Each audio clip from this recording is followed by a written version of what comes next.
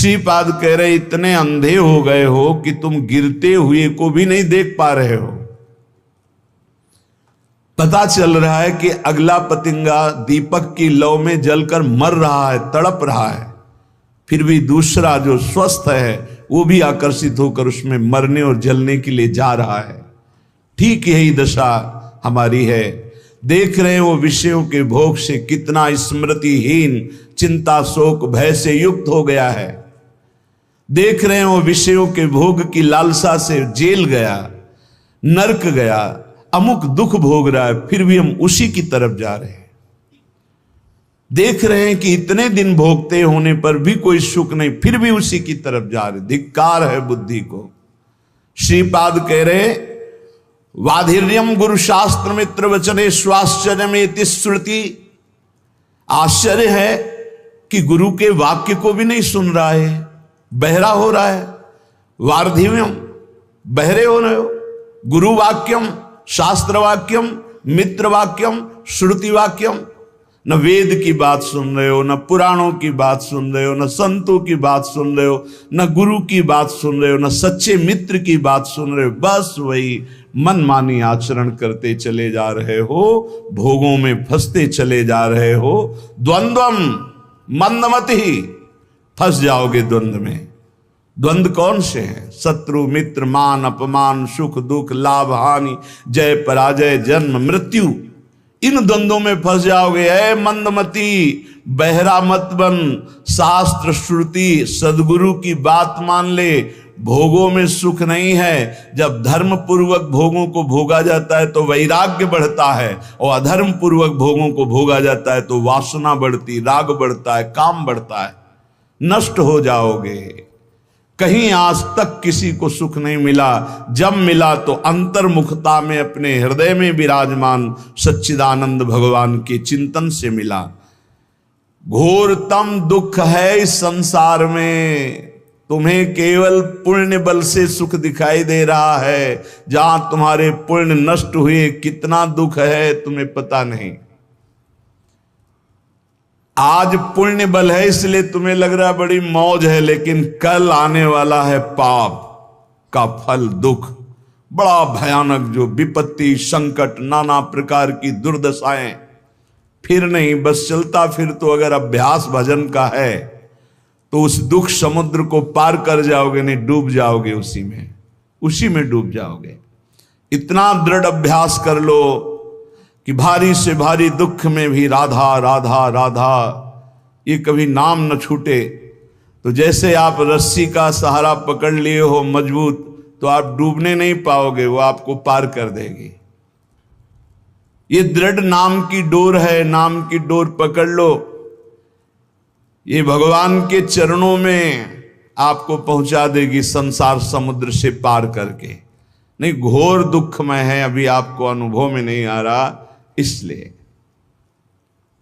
Accident हुआ, कहीं का लोहा कहीं घुस गया, फंसा पड़ा है, कितने घंटों में तड़प तड़प के वो मर रहा है। तुम्हें क्या पता वो कितना कष्ट भोग रहा है, कैसे कैसे कष्ट हैं, कहां तक वर्णन करे। रोगों के भयानक कष्ट हैं। यंत्रणा नरक की, यंत्रणा जेल की, यंत्रणा इस शरीर के नाना प्रकार के कुविचारों की। बहुत दुख है। मलिन अंताकरण होने के कारण जो सुख समुद्र प्रभु उनसे विमुख होकर दुख की तरफ चल रहे हो। भाई दुख है, घोर घोर दुख। देखो महापुरुष कह रहे घोर दुख, हमें अच्छा दिखाई दे रहा है। यही हमारी बुद्धि भ्रमित कर रही। हमको अभी अपनी बुद्धि की बात न मानकर गुरुजनों की बात माननी होगी। दुख घोर घोर दुख, और उधर ही बढ़ रहे हैं हम, उधर ही बढ़ते चले जा रहे। ध्रुवम परिव्रतम, परम सत्य है, भोगोगे दुख अगर भगवान का भजन नहीं किया, भगवान की शरण में नहीं हुए। यस्यादि मध्यांतिमम, जिसमें प्रारंभ में दुख, मध्य में दुख, अंत में दुख। संसार का कोई भी भोग तृप्त तुम्हें नहीं कर सकता। अविनाशी के बच्चा हो, प्रकृति से तृप्त नहीं हो सकते, परमात्मा से ही तृप्ति का अनुभव होगा। योत्यंतासु विनस्वरूति निरता यत्रापि वित्सु कराह। ये जितना तुम देख रहे हो सबका विनाश होगा। पक्का। इधर दीवाल है, इधर 50 जानवर हैं, हरी हरी घास खा रहे हैं, और दीवाल के पीछे गड़ासे में कटते चले जा रहे हैं। घास खाने वालों को यह पता नहीं कि हम भी नंबर में हैं। ठीक ऐसे ही ये सुख की छाया की दीवाल डालकर माया मुझे फंसाए हुए और काल काटता चला जा रहा है, विनाश करता चला जा रहा है। समय, जहां समय आया आप भी मारे जाओगे। कमा लो, हरिनाम कमा लो, भगवान नाम कमा लो, परहित कमा लो, दूसरों को सुख पहुंचा लो, यही तुम्हारे काम आएगा। दूसरों से छीन झपट कर सुख लेना, मनमानी पापाचरण करना, भगवान का विस्मरण की हुई जीवन व्यतीत करना, काल आके नष्ट कर देगा। बहुत बढ़िया चांस खो दिया। ये जो मानव देह है बहुत बढ़िया चांस है, जो चाहो आप बन सकते हो। श्रीपाद कह रहे हैं जिन भोगों के लिए तुम लालायित हो रहे हो विट सूकरा, ये उन सब नीच पशु पक्षियों को भी प्राप्त है। 20-20 बच्चे होते हैं सूकर के। तुम्हें जितना बढ़िया मोटा गद्दा में सुख मिलता है उसको कीचड़ में मिलता है, चारों पैर फैला के आनंद से सोने में। तुम्हें जो रबड़ी रसगुल्ला खाने में सुख मिलता है उसको विष्ठा में मिलता है। जैसे तुम्हें मैथुन धर्म में सुख मिलता है ऐसे उसको भी मिलता है। जैसे तुम्हें अपने बच्चों से प्यार, उसको अंतर क्या रह गया? अगर परमात्मा का भजन नहीं हुआ तो तिनते खर सूकर स्वान भले, भले इसलिए कि अपने पाप कर्म को भोग कर ऊपर उठ रहे हैं, और तुम मानव देह प्राप्त करके भजन न करके पाप कर्म करके नीचे जा रहे हो। मानव देह प्राप्त करना बहुत दुर्लभ विषय है। दुर्लभ हो मानुषो देहो। इसलिए श्रीपाद कह रहे योत्यंत्यासु विनस्वरोति निरता। चाहे तुम पत्नी से प्रेम करो, पति से प्रेम करो, पुत्र से प्रेम करो, परिवार से प्रेम करो, जगत से प्रेम करो, कब कौन बिछुड़ जाए कोई भरोसा नहीं। क्यों कह रहे अत्यंत्यासु विनश्वरो, आत्यंतिक बात है, आखिरी बात है, सब नष्ट होगा। यहां बैठा लो। इसी बात ने घर से भगाया था। यही बात पूर्व जन्म के किसी सुकृत भजन के प्रताप से बाल्यावस्था में दिमाग में छा गई। वो ऐसे छा गई कि किसी से कह नहीं सकते थे अपनी बात। कैसे तुम्हें बताए? एकांत में चले जाते हो रोते, एक अव्यक्त पीड़ा, कोई हमारा नहीं, सब कोई जाएगा, आखिरकार है कौन जो मेरा साथ देगा? मेरा है कौन? बार बार उत्तर आता भागो, इस संसार से भागो। एक भगवान हैं जिनको प्राप्त करने के बाद ये प्रश्न खत्म हो जाएगा। भागो। कोई ऐसा थोड़ी कि समस्या, कोई दुख, कोई घटना। 13 वर्ष की अवस्था में क्या समस्या, क्या घटना? उस समय तो माता पिता के द्वारा पोषित स्कूल का सेवन करने वाले विद्यार्थी। उस समय यही योत्यंतासु विनश्वरोति निरता। सब मरेंगे, सब नष्ट होगा, और सब मर गए। जिन जिन को अपना मान रहे थे सब खत्म। अगर प्रभु की शरण में ना हो तो यहां जिस जिस को अपना मान रहे हो सब छूट जाएगा। इस शरीर को अपना मान रहे हो वो भी छूट जाएगा। तो क्या करने आए हो? बोले सच्चिदानंद की प्राप्ति करने के लिए ये मानो साधन धाम मोक्ष कर द्वारा। यत्रापि विट सूकरा विणमूत्रादिमलम छरत्य विरणम द्वारैर्मुहुर्वीक्षते। वीक्षते, देख कहां आसक्त है? जहां से मूत्र निकलता है, जहां से शौच निकलती है। विणमूत्रादि मलम छरत्य विरणम द्वारैर्मुहुर्वीक्षते। बहुत बुद्धिमान बनता है, बहुत अपने को विवेकवान समझता है। आखिरी सुख क्या है जहां तू आसक्त है? बोले जहां से विणमूत्रादि मलम, जहां से मल निकलता है और पेशाब निकलती है। शास्त्र है, इसको समझ लो। बहरे हो रहे हो, गुरु की बात नहीं सुनते। बाधिर्यम गुरु शास्त्र मित्र वचने स्वाश्चर्य में श्रुति। न वेद की बात सुनते हो, न गुरु की बात सुनते हो, न शास्त्र की, न परम हितैषी मित्र की। क्या तुम्हारी दुर्दशा है जो तुम मनमानी चल रहे हो? जितना देख रहे हो सब विनाशवान। तुम्हारा आखिरी सुख कहां है? बोले विट सूकरा। ये जो लंपटता का सुख है, मैथुन का सुख है, ये तो सुअर कुत्ता गधा पशु पक्षी सब भोग रहे हैं, तुम मनुष्य हो। विचार करके देखो कौन सा आखिरी सुख तुम्हारे दिमाग में नाच रहा है। बोले वही मलमूत्र का द्वार, वीणमूत्रादिमलम छरत्यविरम, जहां से निरंतर दुर्गंध गंदगी निकलती रहती है। द्वारे मुहुर वीक्षते, क्या तू नहीं देख पा रहा है? तादृग भोग महास्पृहम, उन द्वारों को भोगने की स्पृहा लग रहा है मनुष्य देह में कि मैं भोग लूंगा तो अमृत पद को प्राप्त हो जाऊंगा, मैं तृप्त हो जाऊंगा।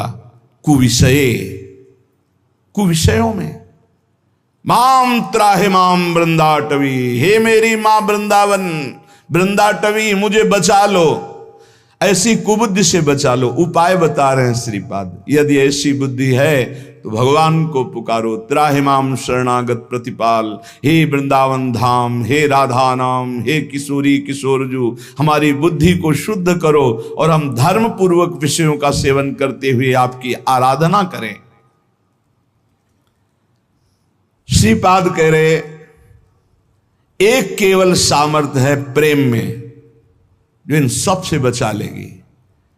वो प्रेम जब प्रियालाल के चरणों में होता है तो बिना प्रयास के घृणा पैदा हो जाती है संपूर्ण संसार के भोगों की। ब्रह्मादिक के भोग सब विषम लागत ताहि, नारायण ब्रज चंद की लगन लगी है जाए। श्री तुकाराम जी के महाराज की स्थिति ये देख के कि कई कई दिन भोजन नहीं मिलता तो वीर शिवाजी, छत्रपति शिवाजी, बड़े रत्न भोजन सामग्री सब वापस कर दिया। मैं विट्ठल के जिलाए जीता हूं, मैं किसी और के। जबकि महाभागवत श्री छत्रपति शिवाजी समर्थ स्वामी रामदास जी के शिष्य महाभागवत और बराबर आया करते थे तुकाराम जी से सत्संग करने, कीर्तन सुनने, नहीं स्वीकार किया। कंचन त्यागी। आपने देखा आपकी धर्म पत्नी भी थी, वो प्रायः इसी बात से दुखी थी कि वो कभी वार्ता ही नहीं करते थे, हर समय राम कृष्ण हरि विठ्ठल। कल प्रसंग में सुना कि एक सुंदरी स्त्री, नवयुवती, जब देखती कि भंडारा पर्वत की तरफ एकांत में जाते हैं, उनका बहुत सुंदर लावण्य श्री तुकाराम जी का, क्योंकि हर समय प्रभु में उन्मत्त रहते, तो जो भगवान का चिंतन करते उनमें एक आकर्षण पैदा होता है। जैसे समस्त आकर्षणों का केंद्र कृष्ण है, आकर्षित, तो ऐसे ही कृष्ण सुमिरन, राम सुमिरन, हरि सुमिरन, तो वो भगवान का आकर्षण प्रकट होता है। तो हर जीव जो देखता है उनकी तरफ लुभायमान हो जाता है। बहुत भी पापी ही हो तो वो राग न करके द्वेष कर बैठेगा, वो निंदा करने लगेगा। निंदा करना भी एक प्रियता का आंतरिक लक्षण है कि जैसे हम किसी वस्तु को पाना चाहते हैं, नहीं पा रहे तो हम उसकी निंदा करने लगते हैं, पर उसका महत्व है, उसकी प्रियता है, ये आंतरिक चिंतन का विषय है। अगर राग नहीं होगा तो द्वेष हो ही नहीं सकता। जब उस वस्तु पर महत्व होता है, हम प्राप्त नहीं कर पाते तो वो कुछ ऐसे लोग होते हैं जो द्वेष करते, पर उनके अंदर भी निगेटिव प्रियता रहती है। वो एक जो विचारवान हो जान रहे कि हमें प्यार करता है, पर प्यार करने का ढंग नहीं आता, इसलिए ऐसे प्यार करता है। वो तुकाराम जी के पास एकांत में गए, भंडारा पर्वत पर, मुस्कुराना, आकर्षण करना, काम चेष्टाओं की वृत्तियां प्रकट करना। तो उन्होंने कहा, पराविया नारी रखुमाई समान, हे गेले नेमुन ठाई चेंची, जाई वो तुम आते ना करी सायास, आमी विष्णुदास तैसे नहीं। हम ऐसे वैसे नहीं, हम विष्णुदास हैं, हरिदास हैं। ए माई, तो रुक्मिणी माई के समान मेरी पूज है, माता है। विठ्ठल भगवान के वामांग में जो विराजमान रुक्मिणी माई है, रखुमाई समान, रखुमाई रुक्मिणी माता, मेरी दोष दृष्टि कभी तुम्हारे प्रति हे माता कभी नहीं हो सकती, क्योंकि मैं देखता हूं कि साक्षात भगवान की अर्धांगिनी महालक्ष्मी स्वरूपा वही आप हो। रुक्मिणी माई के समान मैं तुम्हें देख, तुम्हारी ये चेष्टाएं मेरे ऊपर कोई प्रभाव नहीं डाल पाएंगी, व्यर्थ में समय नष्ट मत कीजिए। मैं हरिदास हूं, मैं कोई ऐसा वैसा नहीं हूं। तुम्हारा ये पतन करने की चेष्टा मुझे लुभायमान नहीं कर सकती।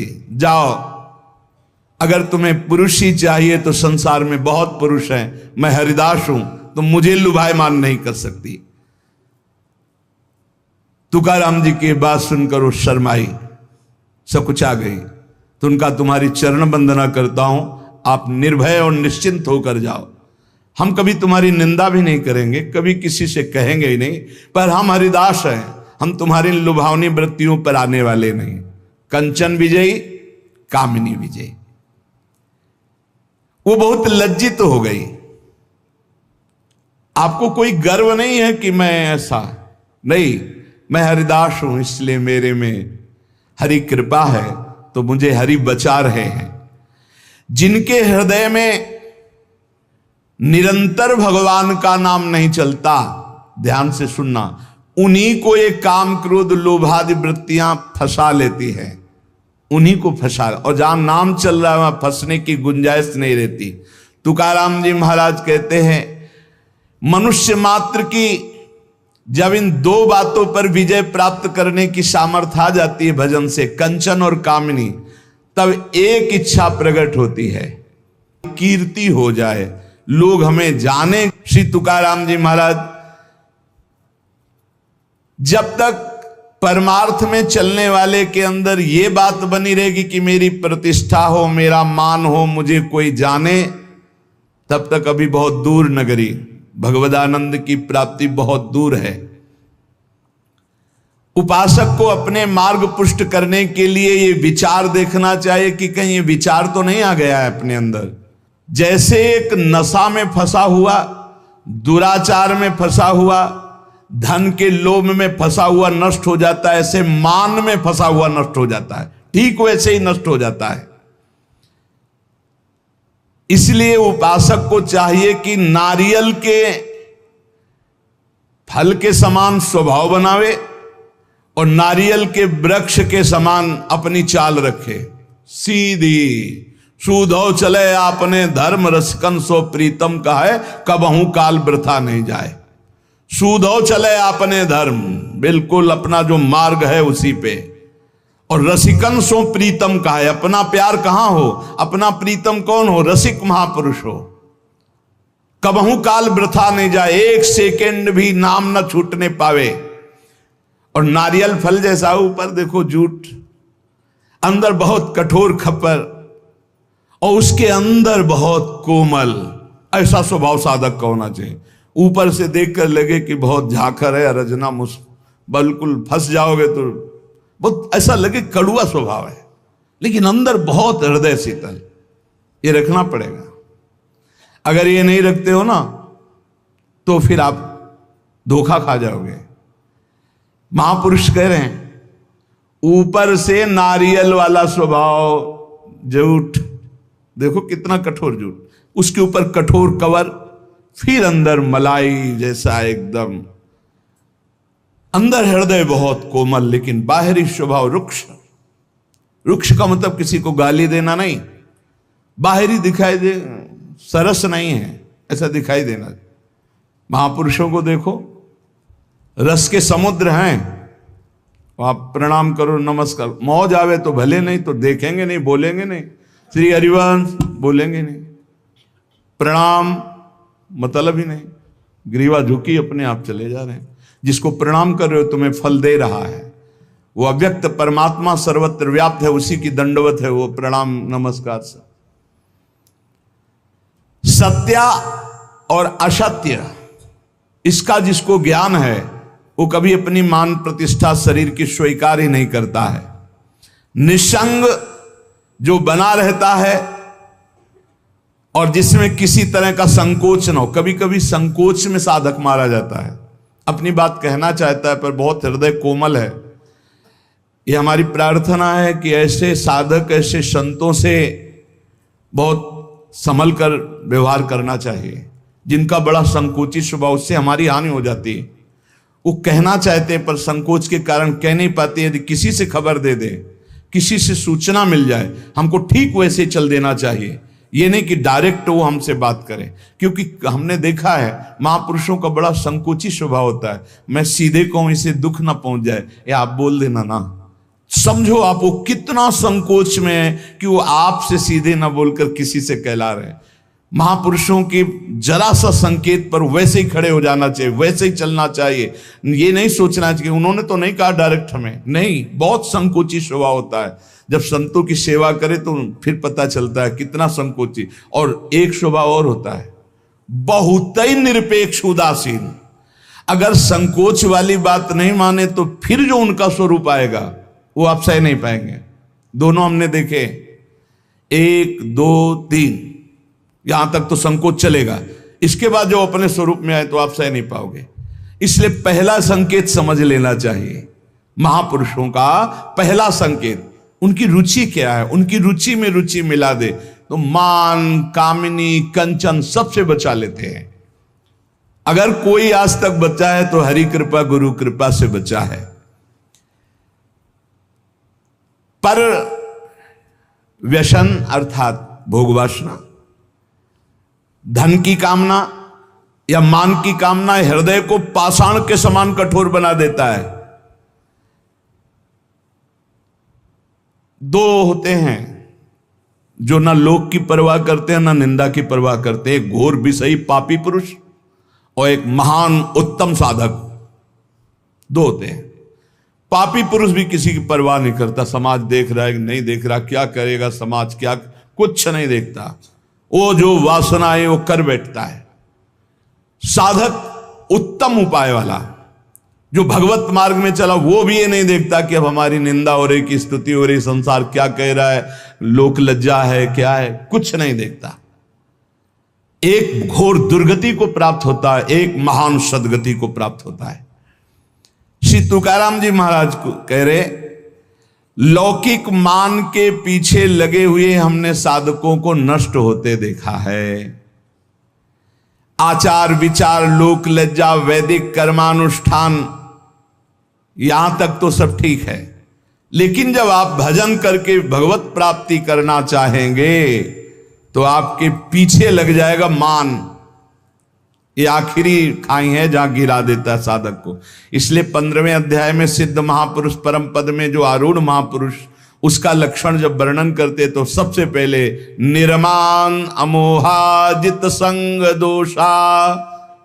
निर्माण, जब कीर्तन से भगवदानंद की प्राप्ति की बात महाप्रभु चैतन्य देव जी कह रहे हैं तो कह रहे सब ही मान प्रद आप अमानी, जो तुलसीदास जी कह रहे वहां अमानी ना मान देनो, बड़े बड़े महापुरुष तुलसीदास जी, सब ही मान प्रद आप अमानी। ठीक इसी को महाप्रभु चैतन्य देव अमानी ना मान देन कीर्तने यह सदा हरि। अमानी रहकर दूसरों को मान देना, ये बहुत बड़ी साधक की अपनी साधना बचाने की कवच वृत्ति है। मान कभी स्वीकार न करे। तो क्या प्रणाम करने वाले को डांट दे?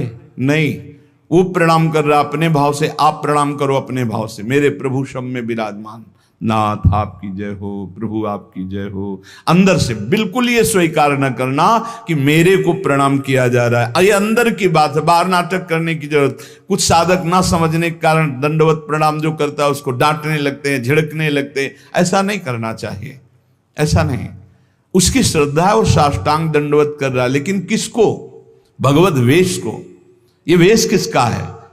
प्रभु का है, गुरुदेव का दिया हुआ। ये दंडवत गुरुदेव को जा रही, इष्ट को जा रहे। हम नमन करते हैं उनको, उनकी श्रद्धा को, उनके भाव को नमन करते हैं। पर प्रणाम मुझे हो रहा है, नमस्कार मुझे हो रहा है, यह स्वीकार नहीं करना चाहिए। ये इष्ट और गुरुदेव को हो रहा है।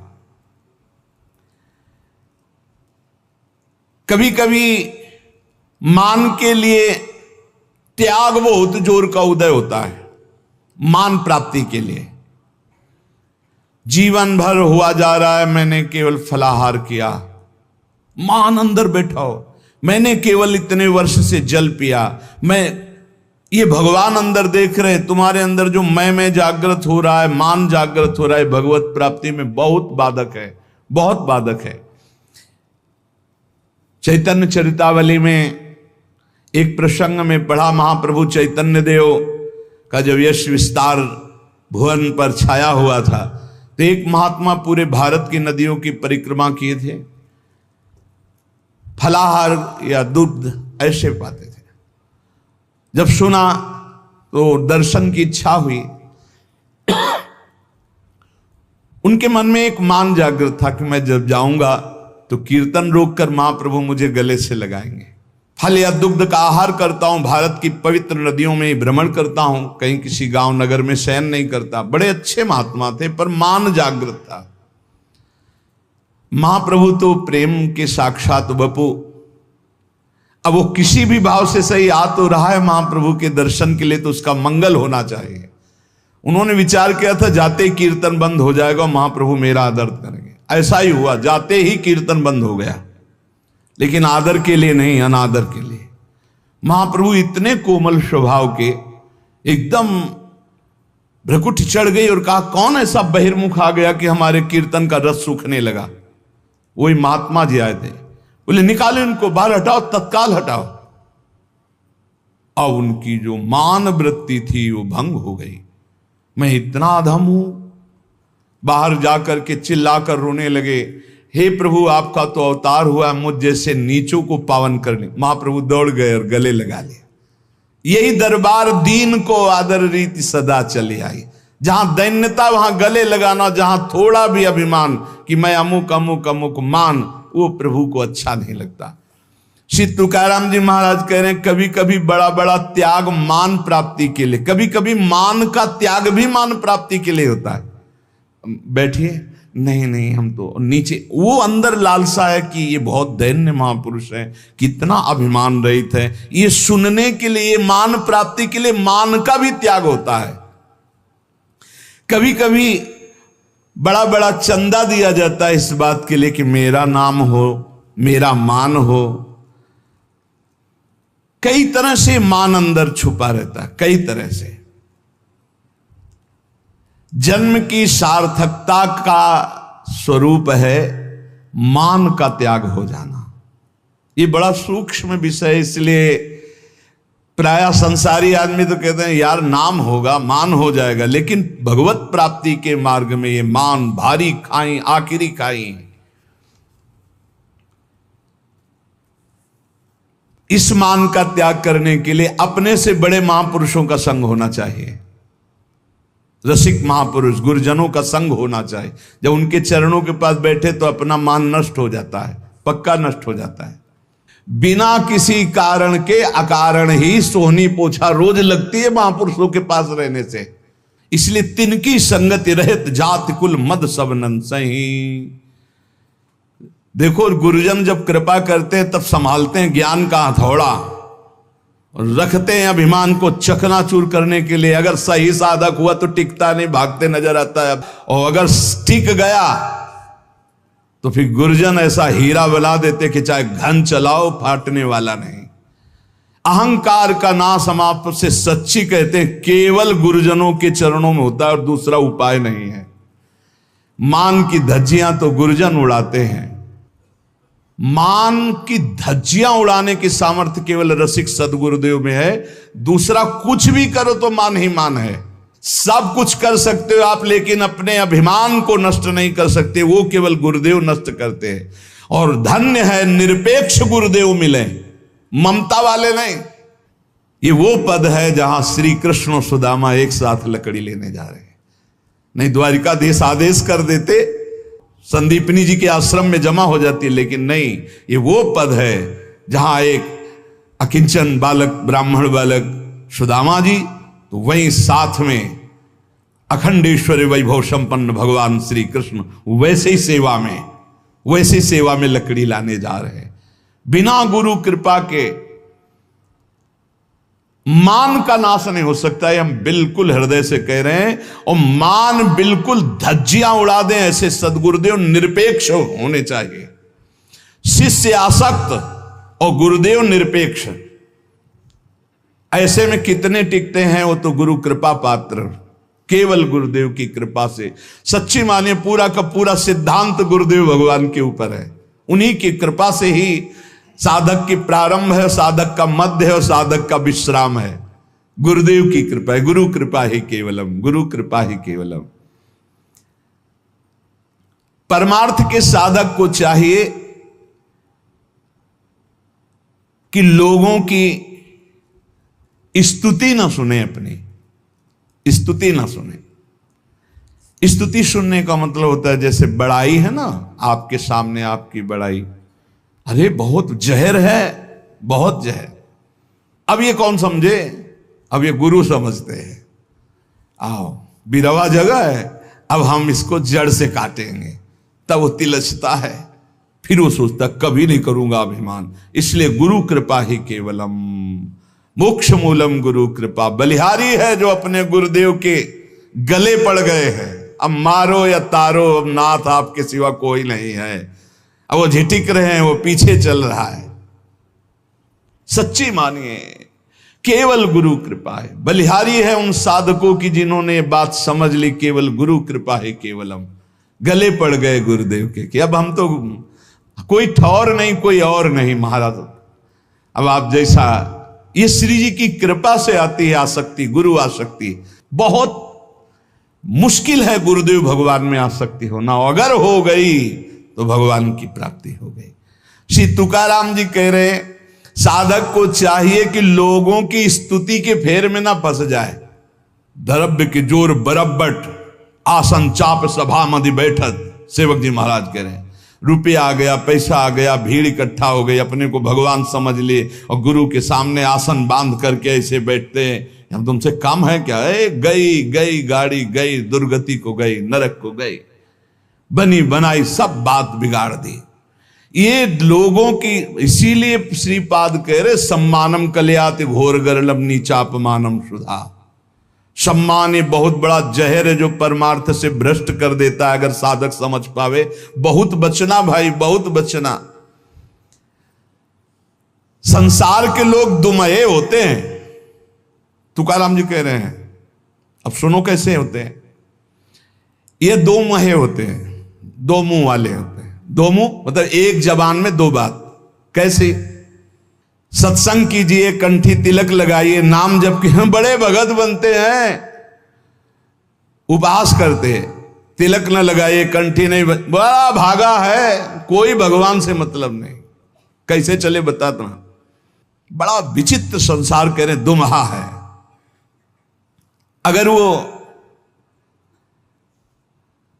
संसार के किसी भी से कोई मतलब न रखकर एकांतिक सेवन करते हुए अपना सोचे कि जीवन में उद्धार कर लूं, तो चैन नहीं। और अगर संसार में रत होकर के तो भी चैन। संसार क्या बोलेगा? तुकाराम जी कह रहे ये दुमहा है, ये मालेगा नहीं।